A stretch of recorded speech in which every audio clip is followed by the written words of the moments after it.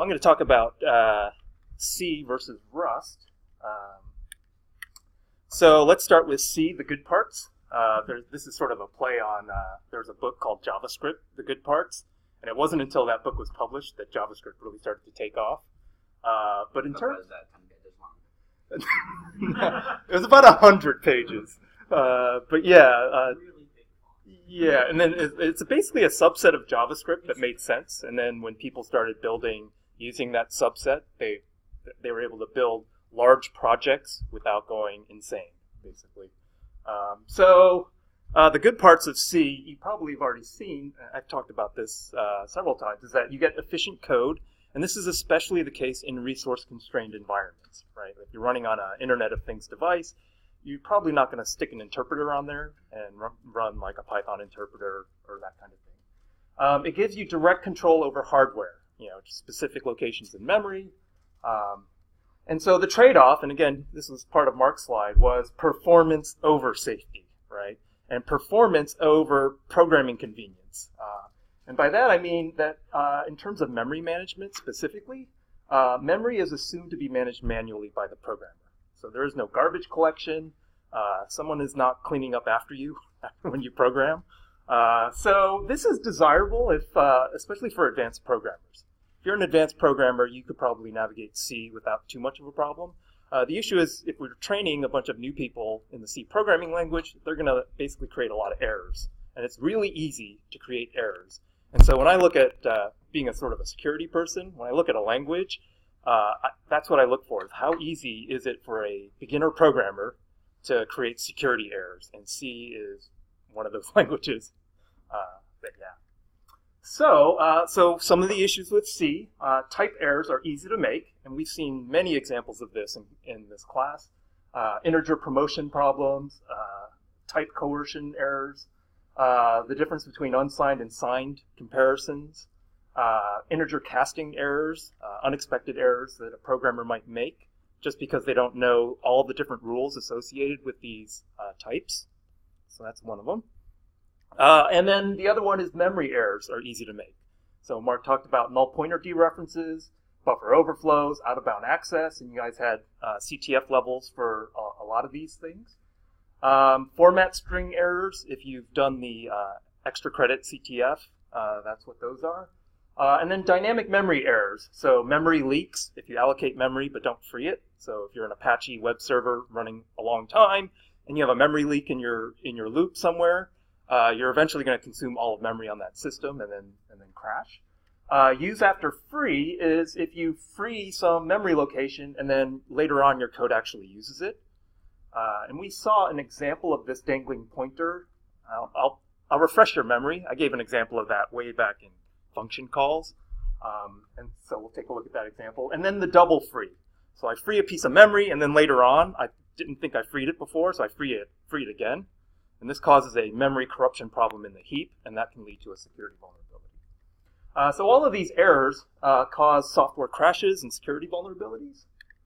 And so we'll give sort of an example of C being good and C not being so good. So one of the nice things with C is this lightweight, low-level control of memory. So here is some code. You define a type, a struct type called dummy with these two integers.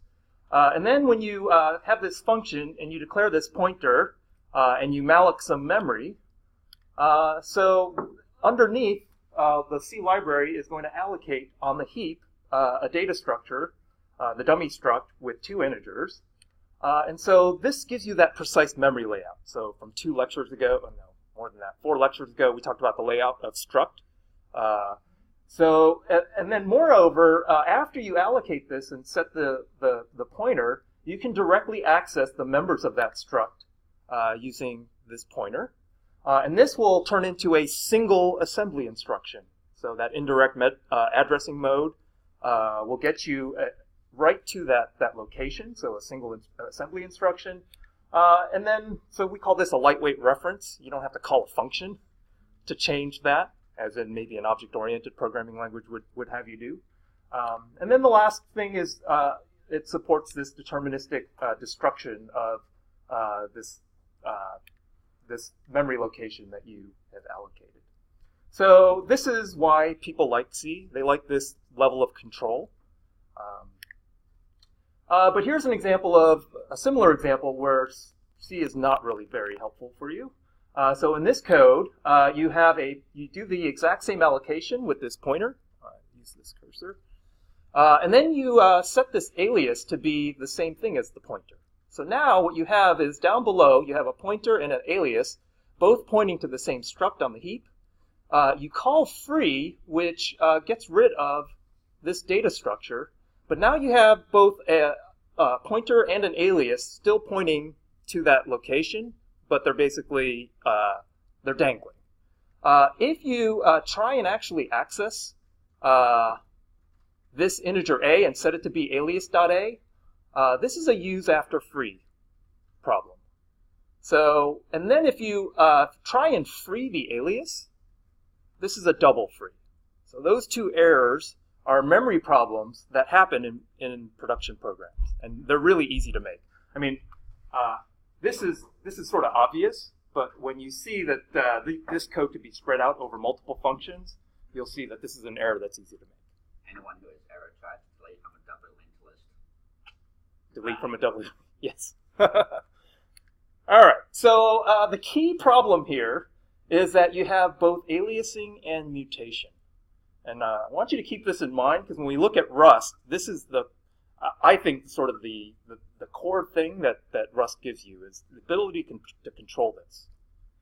Okay, so this can be solved by these modern programming languages. So Java, Python, Ruby, C#, Scala, and Go.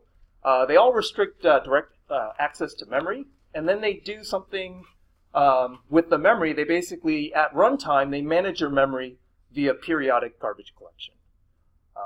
There is no explicit malloc and free, and there's typically no memory corruption errors in these managed languages. But in order to implement all of this stuff, you have the runtime tracking all of the object references in your program, and then basically waking up periodically to clear out all the stale references, all the memory that's unused. And so this makes your program behavior pretty unpredictable. In order to implement this garbage collection, you typically have this global interpreter lock to synchronize the state. So this makes concurrency difficult with these languages. You typically have larger code size. You often have a virtual machine runtime that has to be included. And typically, it needs more memory, more CPU power. And in other words, it's not really bare metal like C is when you compile it into assembly. Okay, so the basic requirements of system programs and system programming languages is that it has to be fast, have minimal runtime overhead, and it should still support direct memory access, but at the same time be memory safe. So you want the best of both worlds. And that's what Rust is attempting to provide. So from the official website, it's a system programming language that runs barely on hardware, which is why it's called Rust. It's barely on hardware. Get that?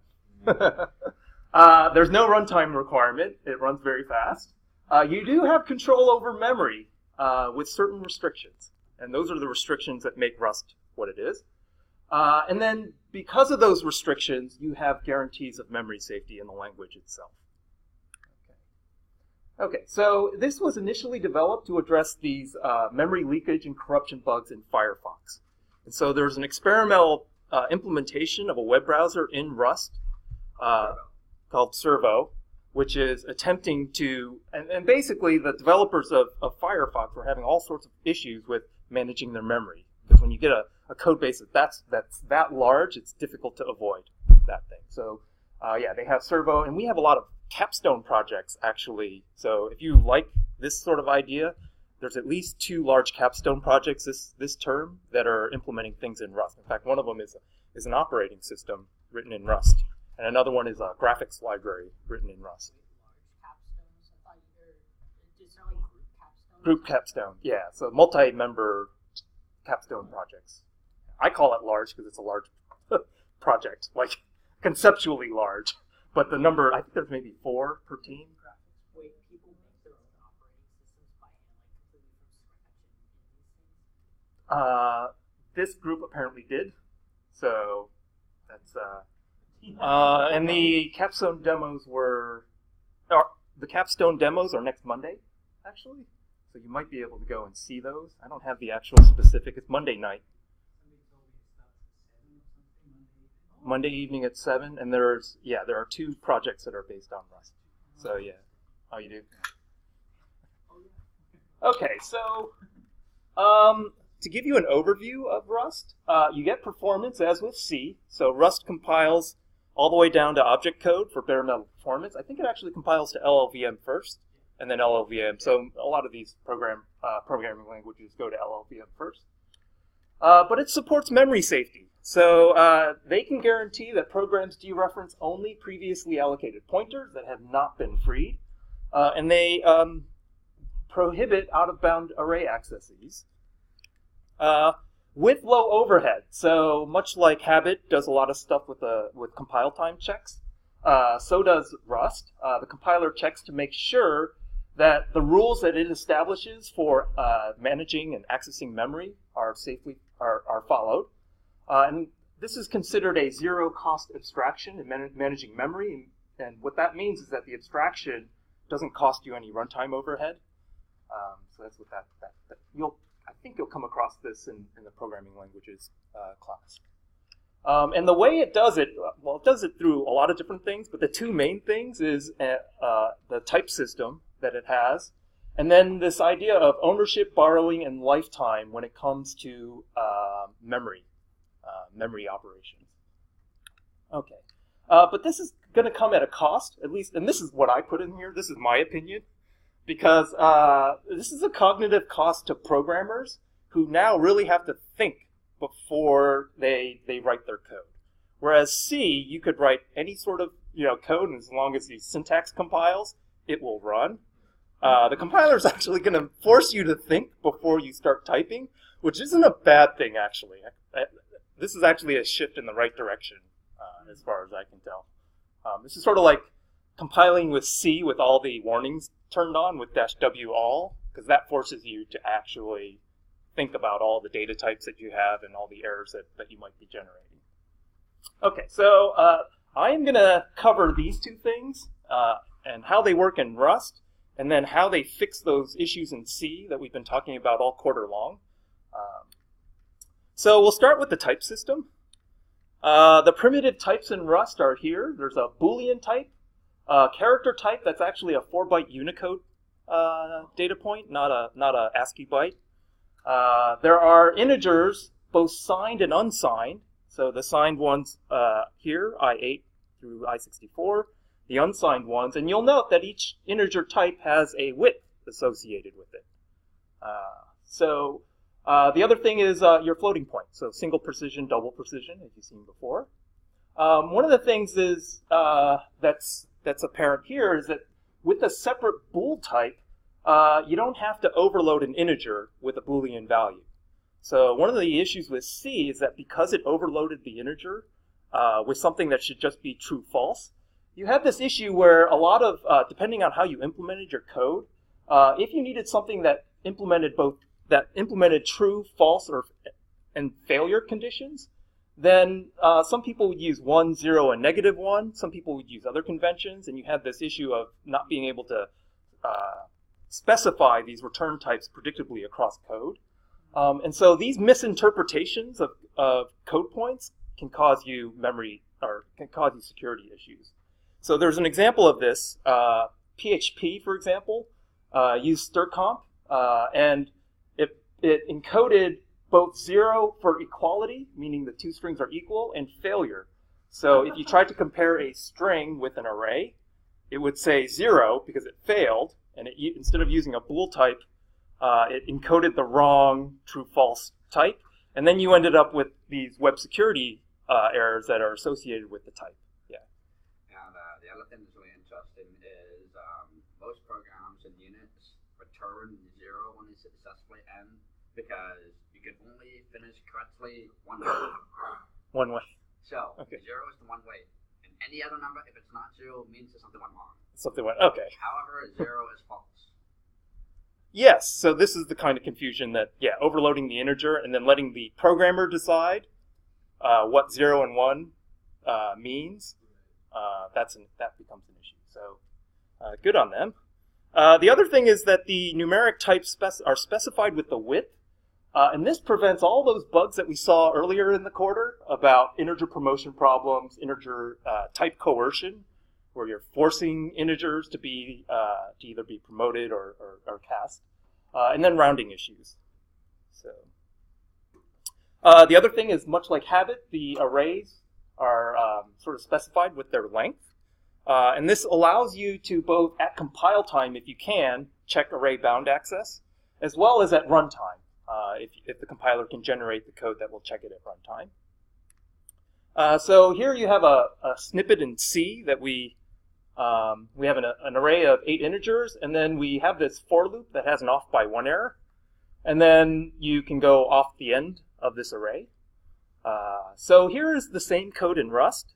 So much like in C, you have a main, you have a variable declaration, and you declare this as a vector of integers, 1 through 8. If you write the same loop for x from 0 to 10, and you try and print that, this will end up giving you a runtime error. So what Rust has done is when it's compiled your code, it knows the size of this vector, and it will enforce that check by compiling in that check at runtime. But as we referred to earlier, this is a pain, right? Like to actually always have to do the runtime check to check that index. And so we already talked about iterators. So this is how you would get rid of that. So in most languages, you have a form that looks like this. For all the numbers in this collection of numbers, just print that number.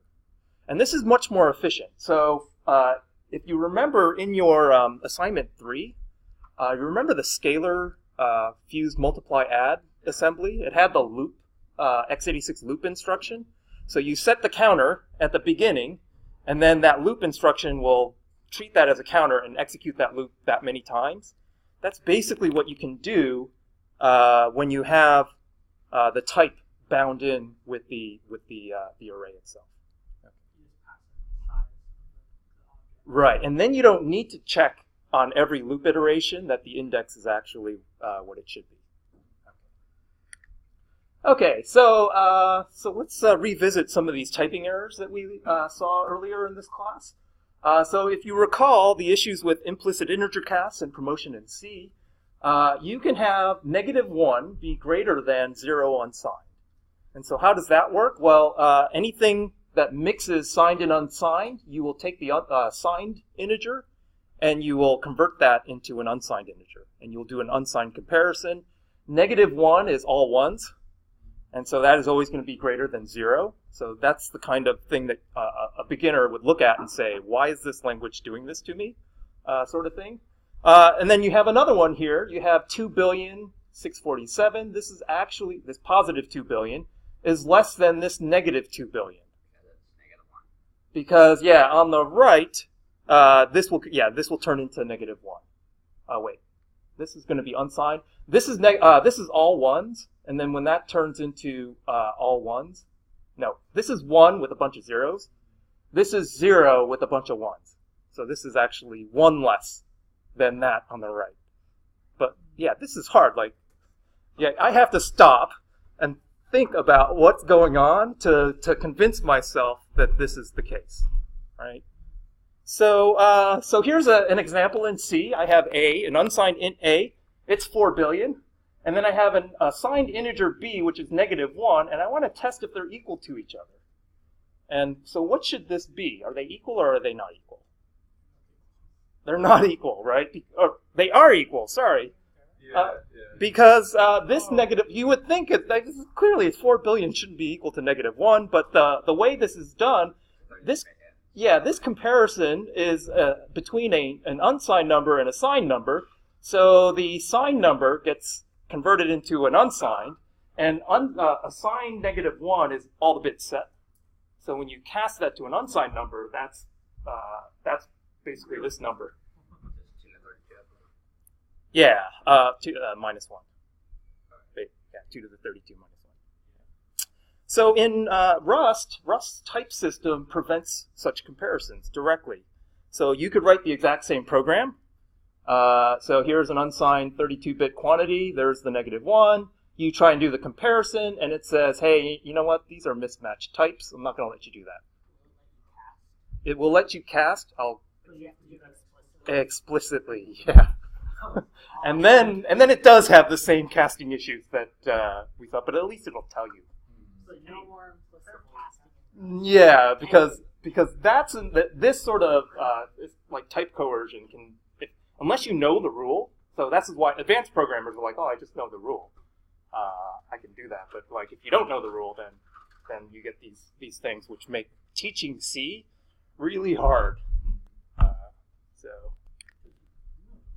Okay, here's another one. Same or different? You have a character A that's 251, an unsigned character B that's 251. What do these two printfs print out? This is the hex representation of A and the hex representation of B.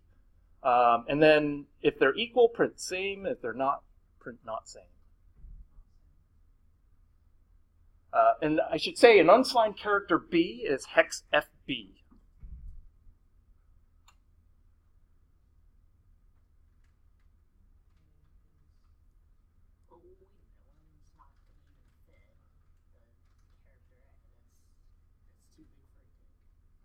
It's just big enough for character. Oh, the signed one. Well, what would? Isn't a car unsigned? A car is signed. So in C on x86, the car is signed. On an ARM, C on ARM, the car is unsigned. In Rust, you say that's an unsigned and that's a signed. It's not up to the standard. Or it's not up to interpretation. So, in fact, I just learned that last fall. I was like, why is this character on ARM? Because I just started learning ARM. I was like, why is this character unsigned? It's because, yeah, the C specification, that's implementation specific. It's not specified. So ARM chose the opposite of x86.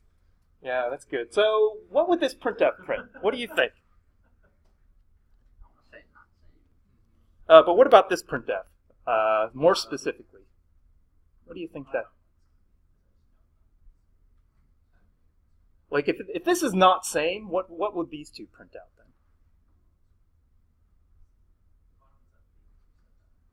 Anyone?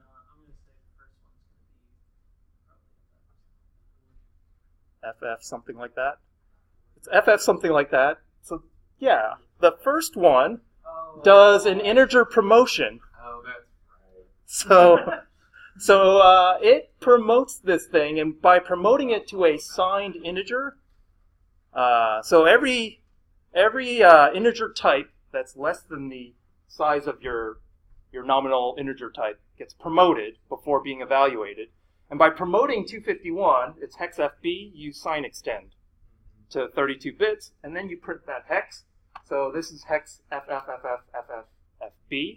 And then B, because it's unsigned, when it gets promoted, it 0 extends it. So then you get FB. So not same. Okay.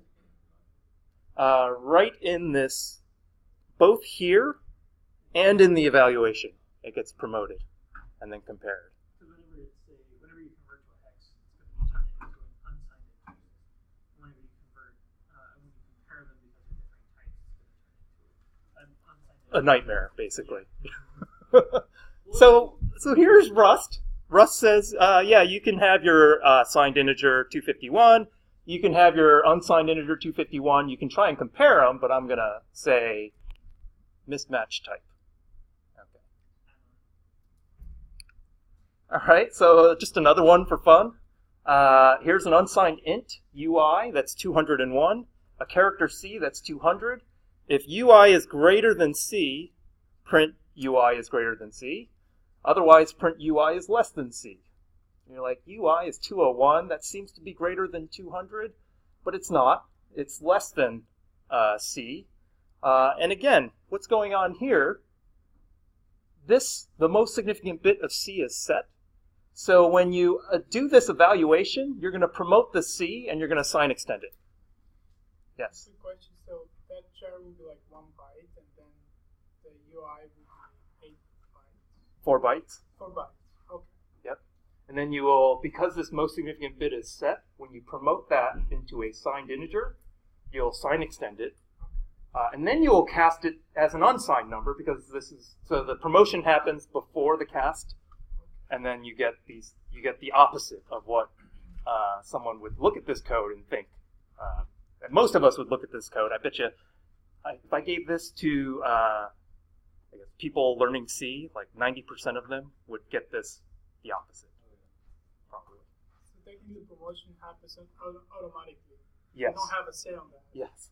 Either you like it or not. Yeah. Well, you can always cast again, but yeah, unless you explicitly cast it, it's going The promotion happens before the cast, I believe, but I'll have to double check. It's like the banana you sleep on it. Either you like it or not, the moment you step on it, it's cold. Okay, so this is enough to drive people crazy. In Rust, you can do this and you can get a mismatched type. So the question that got asked is, okay, so what happens if you actually do want to convert? You do want to cast that thing and do either an unsigned comparison or a signed comparison. So you can do this with the as keyword in Rust, and we'll show you an example of this. And when you do the casting, it's going to follow the exact same rules as you're familiar with in C. So here's an example. You have a signed character C, that's 128, so that's just the most significant bit of that byte set. An unsigned int UC. And then when you do this, this is going to promote first. It's going to sign extend it, and then cast it to an unsigned int. And then it's going to print you this thing, this 4 billion. Right? So that sort of is not obvious. You can do the exact same code in Rust. So here it is in Rust. You have a signed integer that's 128. You try and cast this as this character C as an unsigned 32, and then you try and print the unsigned 32 as UC. And at the bottom, you can see you get the exact same number. But look at the warning. The warning gives you a hint as to something being wrong. It says this literal is out of range for I8. Let's see if I can move this guy. Oh yeah, that's way better, right? So it's telling you you should not have written 128. You should have written negative 128, and then it would have been happy. Right? So it at least tells you of the literal problem before performing the sign extension. Okay. The other thing that Rust will catch, if you remember unchecked overflow or underflow, especially when we talked about multiplication, how it's sort of, when it's overflowing, it'll give you the mod. Here's an example in C where you take an integer 4, you subtract 3 from it, and then you subtract 2, and you get, as this printf, 4 billion. It doesn't notify you of the fact that there's been a wraparound. This is a runtime check in Rust. So if you did something like this in Rust, you have an unsigned 32-bit integer 4, and you subtract 3 and then subtract 2, this will give you this error. Runtime check. So that's nice to have. So where the rubber hits the road is in actual code. And so this DNS parser vulnerability we saw way back an eon ago in this class. This is chapter 2 or chapter 3. And so the function is trying to parse this string, and it's going to try and take the byte, the length. So every length is a single byte, followed by the number of bytes of the next part of the domain name. So this data structure will say there are 4 bytes after this, TEST, append TEST to my name, put a dot next to it, and then parse the next length, 3, and then put the next 3 characters at the end of this name, and keep on going. So this is the C code that implements this. So the index is the pointer to this memory array. And then when you look at parsing, reading in the length, you dereference this pointer and cast it into a character. But this character is a signed character. So what happens if the name is 128 bytes long? It's going to set that. It's going to set that most significant bit, and then if you look, when it's being used here at the stir-ncat, if it was 128, stir-ncat requires as its third parameter an unsigned size t, which is basically an unsigned int. So what's going to happen with a 128 byte name is that this thing is going to have the most significant bit set. When it gets promoted, it's going to sign extend, and then when it gets cast to an unsigned integer, it's going to read off a whole bunch of memory. Inject all that code right in. Yeah, so that's basically Heartbleed ish. Very similar. Actually, it's worse than Heartbleed. Yeah, it sounds like Heartbleed on steroids. Yeah. So this wasn't in the book. This was in somewhere else. So this is actually a type mismatch in Rust. Rust will say no, thank you. I'm not going to compile that for you. Okay. This is from the book. So chapter 2 of the book. Put that down here. So this is the get peer name bug. So there's this kernel function copy from kernel, and it basically takes two parameters. It takes a pointer to a buffer that the user supplies, and then a length is also supplied by the user. And the user says, here's my buffer, here's the length of that buffer, copy me the name, the DNS name of whatever IP address I'm looking for, or the endpoint of my socket, basically, my connection. So this is the code that was implementing it, and of course max length, this is a signed integer, but if you look at this, memcopy, which takes a size t, is an unsigned integer. Okay, so there's a problem. What happens if the adversary sticks in -1 as the maximum length? It says, get peer name, here's my buffer, it's got -1 length. Yeah, it'll copy 4 billion bytes into that user buffer, and then you have a security vulnerability. Also, the buffer is defined the size of 124. So here's where it passes the check, though. Because this length check is a signed integer, k size, which is 1024, let's see, is going to be, this is going to be false, right? So it's trying to take the minimum of k size and max length. So this is going to be false because 1024 is definitely less than -1. So I'll return -1 as the size of the buffer. And then -1 will get passed to the memcopy. So it bypasses, not only, it bypasses this check and then causes this to be a read of 4 billion, a copy of 4 billion bytes. So, okay. So again, this is a type mismatch in most programming languages, just not C. And then this would be eliminated. Okay.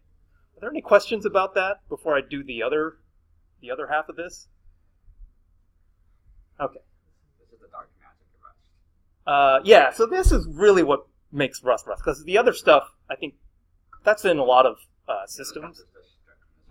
Yeah. Yes. So this is where you have to really change your paradigm of thinking about objects and memory and these sorts of things. So this is the ownership and borrowing system in Rust. And we go back and we revisit the aliasing versus mutation. And we saw that if you have both at the same time, you can run into memory issues. So what you want is, if you're going to mutate something, you want to guarantee that there are no aliases to it. Likewise, if you have a bunch of aliases, you want to guarantee that they can't be mutated. And this is what the compiler is going to check. So there are specific rules to make sure this doesn't happen, and then the compiler is going to check all of it to guarantee it. Okay, so the compiler enforces that every resource has a unique owner. Others can borrow a reference to this resource from the owner, that is, create an alias, with certain restrictions. And we'll get to what these restrictions are later. And then the owner cannot free or mutate its resource while it's being borrowed by someone else. So, and yeah. So by borrow, you mean something like passing by reference? Yes, passing by reference is exactly what we're talking about. Yeah. Does that mean that you can't, like, parallelization of shared memory is Yeah, shared memory is going to be very hard, unless one is a reader. Well, so yeah, doubly linked lists are very hard in Rust. So there are certain data structures where it's really difficult to get this to work in the traditional way. And then Rust has some workarounds, which I won't actually cover. But yeah. No, but like that's a fundamental thing. You want to have like programs be able, like two programs point to the same data and be able to change some stuff, be able to also read some stuff, and be able to talk to each other. Like, Yeah. So in your code, you have to explicitly be able to exchange ownership or give an alias and then get it back. Yes. So that's basically what you have to restructure your code in a specific way to make something like that happen. So like you have all these, like private methods that deal with all the data, and then somehow it gets passed to something that only displays it and reads it, right? And like that. And then you're not allowed to mutate it while that person is trying to display, because it's got references to data. Right. And then as soon as it's been displayed, it can be passed back to the original owner. Okay. So different way of routing the data. But the paradigm mental shift in Rust is that you don't communicate between multiple concurrency things by just sharing the memory. You communicate by passing things to each other, by communication, basically. Oh, okay. So it's communication. So Like you're still in the object-oriented programming works by passing messages between objects. This uses communication channels between things so that they can all think about the same memory at the same time. But I'm saying, oh, I'm gonna do something, and everyone else is like, okay, and then this person's like, oh, I'm gonna do something now, and everything is okay. So you're mandating effective communication so that everything that touches everything else is on the same page. That makes sense. So no more dangling pointers. Yeah, you're ahead of me. Yeah, but we're going to show how this gets rid of the dangling pointer. Yeah, and the other ones too. Okay, so because this is compiler enforced, there is no runtime overhead, or there's little runtime overhead. You can guarantee memory safety with these rules, and I haven't talked about the rules specifically, but we'll get to that next. And then it's free of data races because of the way you're borrowing. You're doing the ownership in the borrowing. Okay, so before we can get into the ownership and borrowing system, we first have to talk about mutability. So by default, Rust variables are all immutable, meaning that you can't change them. And then if you have an immutable variable, it's easy for the compiler to check your code to make sure you don't mutate it. It's not on the left-hand side of an assignment. So here's a simple Rust program. I have this variable a. I set it to 0, and then I try and increment it, and then I try and do a print. And if you can click on this, this is a link that's got an online Rust compiler that you can run. So this is what it outputs. So this is a reassignment of an immutable variable a. Because you tried to change it, the compiler easily flags that. So I gotta be able to change my variables, obviously. So you have to use the mute keyword. So you're labeling the data that's going to change. You're going to say, I'm going to declare this type as a mutable type. And then I'm going to change my code to be this. I'll add the mute keyword, and then I can increment by 1, and Rust is fine with that. So that's mutability. Right? So everything is a const, the typo is not a const? Yes. Yes. And that's sort of good by default. You actually have to know which things are what you're planning on mutating. So. Doesn't that mean that in order to change a variable, you run into a Java-like situation where you're going to have to return any change?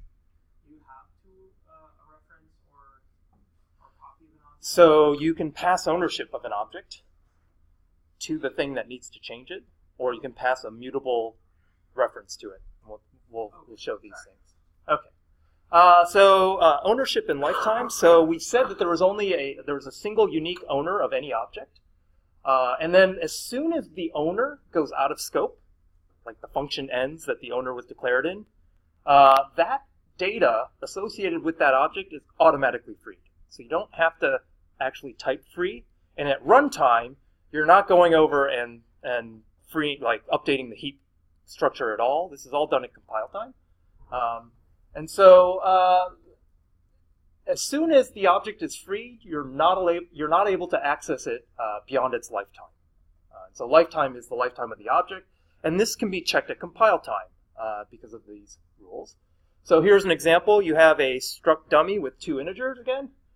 You say that this is a mutable object, res, and then you set res a to 2048. So this is your memory allocation. It allocates that memory region. And then you can mutate it to 2048 because it was declared mutable. And then as soon as the function ends, it gets deallocated automatically. All right. So in C, you would explicitly free that if this was taken off, if this is malloc, for example. Okay. One of the things with Rust is that when you do an assignment, it actually changes the ownership from one to another. So here, you set A to be this point. And then if you set B to A, the ownership of this object now transfers to B.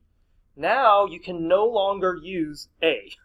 You passed ownership of that data to B. So this is actually going to give you an error at compile time. So this is something that's new. Like for most of you, you'd be like, why does this not work? The reason is because of the ownership system.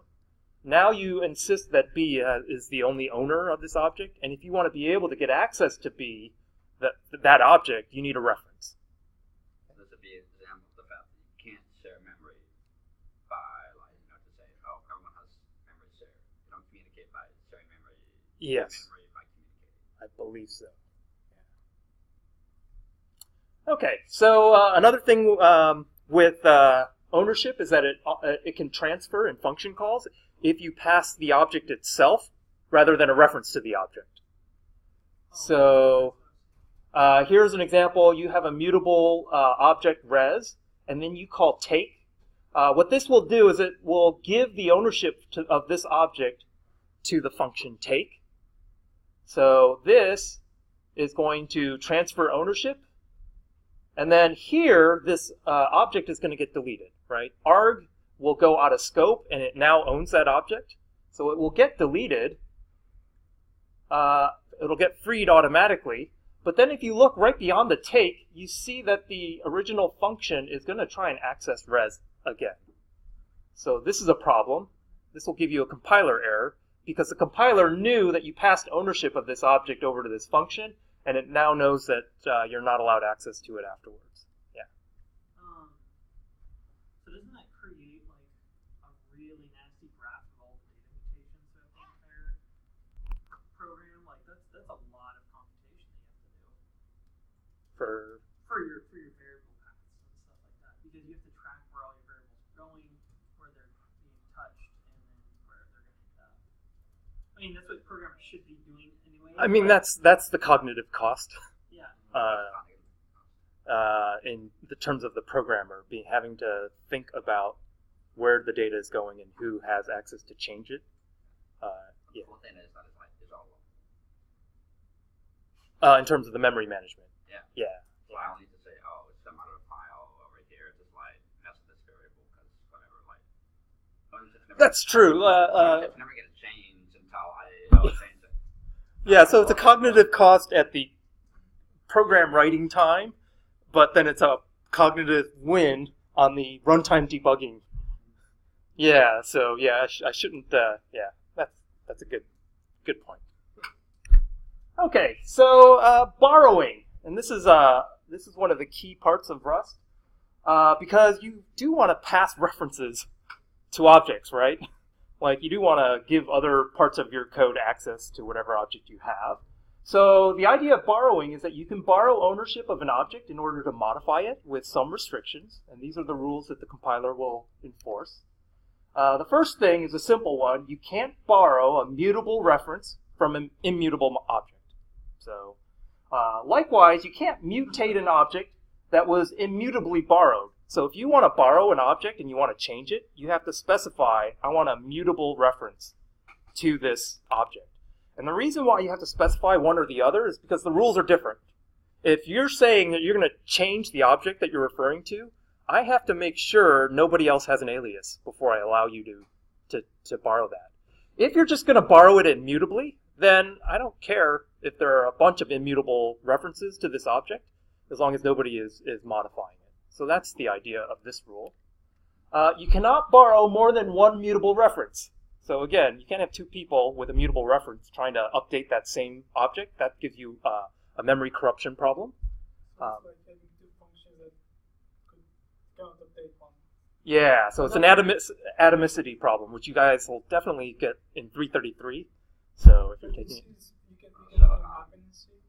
Let's say you have Oh, a yeah. function. Okay. Yeah, well, I mean, so in C, you would have to actually explicitly put a block in there, like a semaphore, which is what you'll get in 333, and then be sure that you own the object, update it, and then release the lock. Yeah. So can you have like you can have several immutable references to immutable objects, right? We'll get to that. There's another rule. There's a couple rules here. Okay.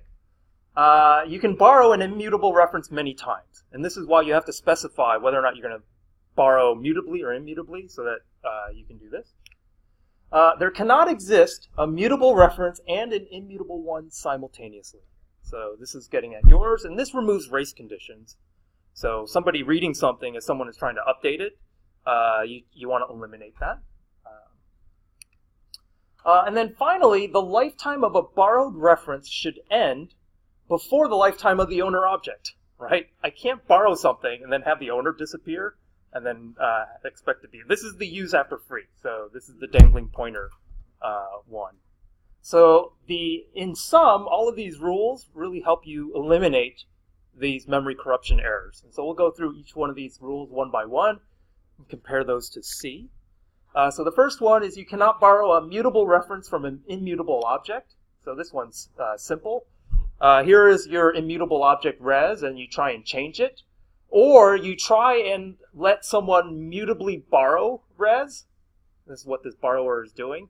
Both of these fail. So this resource is immutable. You can't borrow it. You can't change it, sorry. And then this, because you're trying to do a mutable borrow on something that's immutable. So that's the first rule, the first rule and its subpart. You cannot mutate an object that's immutably borrowed. So here I immutably borrow a reference to this resource. I cannot, so it's a mutable resource, but then when I say I want a reference to this resource, I have to, if I want to mutate it inside of this function, I have to say this is a mutable reference. Here I just say it's just an immutable reference. So within take, I can't do something like this. I can't take this argument, which has been immutably borrowed, and change its value, right? Okay, because this is breaking the contract, basically. And this is something that the compiler can easily check, right? You can just make sure that you're not doing something based on what you declared. So if I get rid of that, then so this is an immutable borrow. When I return here, the control over res goes back to foo, because I only borrowed the thing. So at this point, the resource is still owned by res. The ownership didn't transfer over to take. And so when take returns, now this function foo can modify the res, the object. Okay, does that make sense? You cannot borrow more than one mutable reference. So here is take again, where you're borrowing a mutable reference now. So now you say you want to change this this box. So you mutably borrow it. You can change its value, and then when you are exiting this function, the ownership is, or you can return this argument back to this function, and now this function can update the value again. So mutably borrowed here, you change it, and then it's returned, and then you can change it again. What you can't do is take this mutable borrow and then set an alias that is another mutable borrow of that object. So you can't have multiple borrows that are mutable.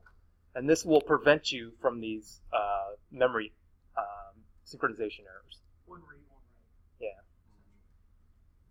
So how does it deal with like if you make something mutable and then have to pass it to code that's not doesn't have the safety level on it, like a system call or like some kind of library call? So there is this unsafe keyword in Rust. Those are extra slides at the end of this talk. I had them in there, and I was like, I'm not going to teach them unsafe. But basically, turn everything off. Let me do what the hell I want. Yeah. So if you wanted to embed assembly into Rust, that's unsafe. If you wanted to call into the C library, you just have to bracket it as unsafe, and then it'll allow you to do that. But yeah, you use that at your own risk. So C is unsafe. So yeah, if you access these slides, they're on the website. Go to the very end, and you'll see the two versions of embedded assembly and calls into the foreign function interface. Because eventually, in order for Rust to be a useful language, it has to be able to interface with some of the other modules that have been built. So that's basically their way of cheating. Well, it's not like you'd be able to give the person like, are you sure you want to not have your training wheels on? Yeah, and then there's also these raw pointers, which aren't guaranteed to be correct, and those you can turn on as well. So, but yeah, you lose basically what Rust is giving you if you do that kind of stuff. And I mean, at least at that point, you have a good idea of where you need to be really careful to prevent an adversary to get in there. You know, it's like you can leave all the other stuff. Just go check out the unsafe stuff. We don't have to go through all the code. Just That's true, actually. Yeah, they were saying in North Korea, it's like, well, who do you target on North Koreans' internet? Well, it's basically everybody, right? Because they get rid of the internet for all the normal people. So it's the same idea. If you label all the calls unsafe, targeting, yeah, you basically, the adversary has just benefited greatly by you labeling the stuff that's unsafe. Yeah, that's sort of hilarious, actually. I should have thought of that, but I didn't. That's a good one. Okay. So the key here is when you have mutation, you're not allowed aliases. So again, this frees you from those issues that we talked about previously. Okay, so here's an example where you're able to share more than one immutable reference. If you need multiple people accessing your object, well then you can simply do this. It's a mutable reference, a mutable object, but you can establish, for example, these two immutable references, and then you can even pass the ownership of one of the references to another alias, and this is all fine. What you can't do is that inside of this, you can't go and begin to mutate this object using the mutable handle, because you're not allowed to have multiple immutable references. You can't have immutable references along with mutable one at the same time. Is that a compiler or is that a runtime? This is a compiler. You can, at compile time, see that you've immutably borrowed the reference to res, and then you're changing it with the mutable reference. Oh, because it ends with the function call. Okay. Yeah, and then these are brackets to give you the context of this. What you can do is, if you get rid of this command, you can do the res.a is equal to 2048 outside of these curly braces, because at the end of this scope, these things get freed, right? And then now there are no immutable references to this object, and then you can mutate the object. Yeah. So is the immutable reference then, like the signal essentially say, hey, don't touch it. It's the I can't remember what the signal is in C, but there's like a signal to say, hey, you can't change this data. Right? When you're doing like threading. Maybe. It's I don't know. You can't change this. Yeah. Jared? They added about 3 years ago a share type, which means that anything labeled with the share type can be shared safely among threads. Okay. So basically, it allows you to create fork and join and do that safely in Rust and stuff like that in compile time. Okay. I don't know enough about Rust, but that makes sense. Okay, so here we have aliases, but you disallow mutation when you have those aliases. So that's what these rules, and in the end, that's what these rules are intended to provide you, and this is what clears up all the memory corruption errors. Okay, so finally, the lifetime of a borrowed reference should end before the lifetime of the owner does. So here is the use after free that Mark referenced in his talk in C. So up here you malloc an integer, and here's a pointer to that integer. Here you free it, and then printf, you can dereference that pointer, and hopefully it hasn't been corrupted, but C will allow you to do this. Okay. So memory allocated, then freed, and then used after free. So this is the canonical use after free bug. Print some garbage? What's it? It will print some garbage? It will print some garbage. Well, if someone has... Yeah.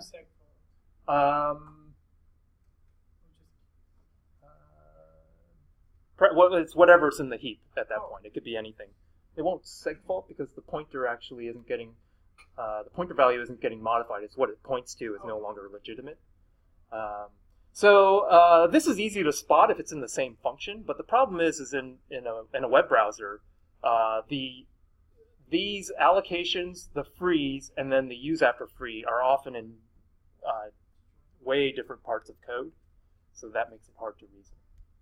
Okay, so in Rust, the unique ownership, borrowing, and lifetime rules are easily enforced. So here's an example where you have a string called name that you set to hello world. You set a mutable reference to that name, and then you create a new name, which is goodbye, and then you assign this reference to that new name, and then you return, and then you try and print what that name ref points to, and it's gone. You assigned it to goodbye, and it's gone. And so the compiler is like, oh, yeah, you assigned it to goodbye, and then, wait, you're actually trying to use what you got assigned there. So, and this no longer exists. So the compiler will catch that. New name does not live long enough for this next access. Okay. So that's really the key thing to see. Here's the dangling pointer in C. So if you remember this from the procedures slides, I have this function. I have a local variable n. I have a integer pointer np. I set n to x, whatever the function parameter was. I set np to the address of n, and then I return np. Well, it turns out this is pointing to the local variable n, and this is in the stack frame of this function func, and then as soon as you return, that stack frame goes out of scope. So now it's bogus. Like whatever reference that you may have here is now it's pointing to unallocated or invalid memory. And so that was this program here that I had from that lecture. So yeah, that doesn't work. This is a dangling pointer. So here's what happens in Rust. You have a function. It returns a reference to a number. You have a local variable, which is the integer, and you return a reference to that local variable. Well, as it turns out, this pointer, you borrow a reference to this variable, and then the variable goes out of scope, and you're passing back a reference to it. So the reference is outliving the lifetime of the object. The compiler is like, no bueno. It's gonna give you an error. So there's that. The fact that it shouldn't actually even go beyond to line 10. It's just stop right there at line 1 and be like, no. Yeah. That's correct. Yeah. Yeah, it's an even like this, make that function. Mm-hmm. Oh, it's 3:50. So, wow, we used the whole class. The take-home point of all of this is that languages offer you trade-offs in terms of performance, ease of use, and safety. I would encourage all of you to be multilingual in terms of programming languages, and then to learn how to choose your language wisely based on what you've learned from our program. So, thank you all. And your regularly scheduled programming will be on Thursday. I still have one tiny bit to do, and then we'll do a review for the final a little bit next class. Cool.